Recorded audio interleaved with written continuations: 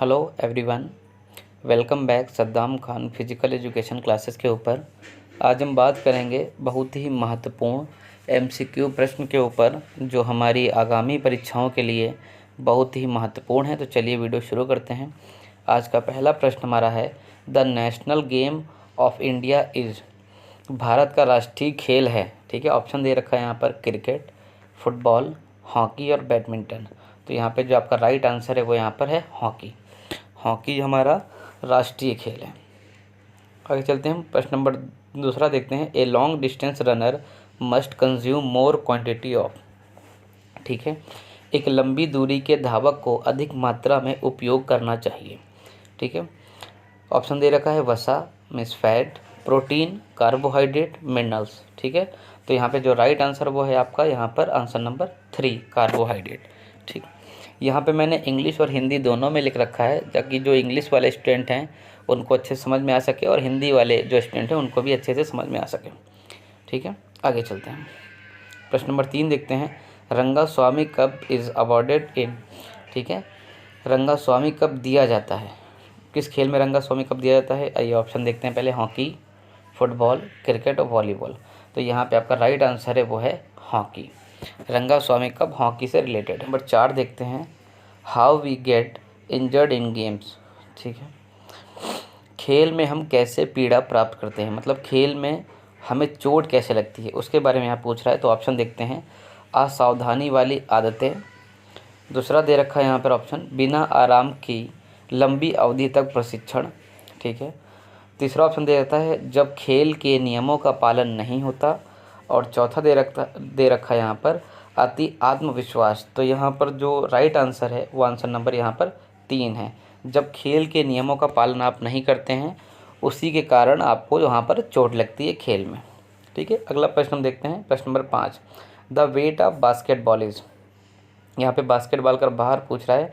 Basketball का भार होता है, ठीक है, 400 से 500 आउंस, ठीक है, 500 से 600 ग्राम, या 567 से 650 आउंस, या तो 567 से 650 ग्राम। तो आपका राइट आंसर ये है 4 वाला, ठीक है। 567 से 650 ग्राम बास्केटबॉल का वेट होता है। चलिए छठा प्रश्न देखते हैं। The height of human being is measured by, ठीक है। यहाँ पूछ रहा है मनुष्य की ऊंचाई का माप किया जाता है। एक मतलब ह्यूमन है, उसकी आपको लंबाई ऊंचाई उसकी नापनी है, तो आप कैसे नापोगे, मतलब किस यंत्र के द्वारा नापोगे? तो यहाँ पर दे रखा है वर्नियर स्केल, ऑप्शन नंबर 1। फिर दूसरा है नापतोल वाले स्केल, फिर तीसरा दे रखा है स्टेडियोमीटर, फिर चौथा दे रखा है डायनामोमीटर।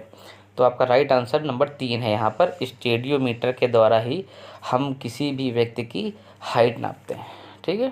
चलिए अगला प्रश्न देखते हैं, 7वां। Name of the first Indian women who won the gold medal in Asian games. भारत की प्रथम महिला जिन्होंने एशियन गेम्स में स्वर्ण पदक जीता, ठीक है, प्राप्त किया। तो ऑप्शन देखते हैं। पीटी उषा, सुनीता रानी, साइनी अब्राहम या कमलजीत संधू। तो राइट आंसर आपका यहाँ पर है कमलजीत संधू। आगे चलते हैं हम, 8वां प्रश्न देखते हैं। Which of the following games play ground has bonus line, ठीक है। निम्नलिखित में से किस खेल के क्रीड़ा स्थल में बोनस लाइन होती है? तो ऑप्शन यहाँ पर हम देख लेते हैं। बास्केटबॉल, हॉकी, कबड्डी या वॉलीबॉल। तो बोनस लाइन की बात कर रहा है तो वो किससे रिलेटेड है? यहाँ पर कबड्डी से, ठीक है। कबड्डी आपका राइट आंसर है, कबड्डी के अंदर ही आपको बोनस लाइन मिलती है। आगे चलते हैं हम, 9वां क्वेश्चन देखते हैं हम। Apparatus to measure fat percentage in body is. शरीर में वसा प्रतिशत माप करने के उपकरण का नाम है। वसा मीन्स होता है फैट। अगर आपके शरीर में फ़ैट है तो हम कैसे मेज़र करेंगे कि आपके बॉडी में फ़ैट कितना है, ठीक है। तो उसके कुछ उपकरण आते हैं, तो यहाँ पे नाम दिया रखा है एंथ्रोपोमीटर, ठीक है, टेंसियोमीटर, स्किन फोल्ड कैलिपर या फ्लैशोमीटर। तो आपका राइट आंसर यहाँ पर ऑप्शन नंबर 3 आपका राइट है। स्किन फोल्ड कैलिपर एक यंत्र होता है, उसके माध्यम से पता चलता है कि हमारी बॉडी में फ़ैट का परसेंटेज कितना है। आगे चलते हैं हम, जब आप टेस्ट एंड मेजरमेंट पढ़ेंगे बीपीएड या एमपीएड में तो उसके अंदर दे रखा है हर चीज़ें। अब यहाँ पे दे रखा है one of the method of teaching is, ठीक है, शिक्षण का एक तरीका है। यहाँ पे ऑप्शन देखता है कहानी लिखना, लिखना, प्रमाणित करके दिखाना, या 4 चौथा नंबर है खोजना। तो आंसर नंबर 3 यहाँ पे आपका राइट है, प्रमाणित करके दिखाना मीन्स डेमोन्स्ट्रेशन। हम कुछ भी करते हैं पहले डेमोन्स्ट्रेशन करके दिखाते हैं। ठीक है, आगे चलते हैं। क्वेश्चन नंबर 11 देखते हैं, जॉगिंग एट वन स्पॉट। ठीक है, हम देखते हैं एक ही स्थान पर जॉगिंग करने से। ठीक है, अब उसके हम आंसर देखते हैं। यहाँ पे मांसपेशियों में कसाव आता है, मतलब अगर एक ही जगह पे आप जॉगिंग कर रहे हैं तो उससे क्या होता है, मांसपेशियों में कसाव आता है। दूसरा यहाँ पे दे रखा है कुछ मांसपेशियों में कसाव आता है। तीसरा दे रखा है यहाँ पे हैमस्ट्रिंग को छोड़कर सभी मांसपेशियों में कसाव आता है। यह चौथा है मांसपेशियों को निर्बल बनाता है। तो आंसर नंबर 3 यहाँ पर राइट है आपका, हैमस्ट्रिंग को छोड़कर सभी मांसपेशियों में कसाव आता है। ठीक है, ये आंसर नंबर 3 यहाँ पर आपका राइट है। आगे चलते हैं। क्वेश्चन नंबर 12 देखते हैं, लंबी हड्डियों का मानव शरीर में क्या काम है। ठीक है, जो हमारे लॉन्ग बोन होती है उनका काम पूछ रहा है। ऑप्शन देखते हैं, ताकत देना या शक्ति प्रदान करना, आश्रय देना, लीवर की तरह कार्य करना, या मस्कुलर जॉइंट का आधार प्रदान करना।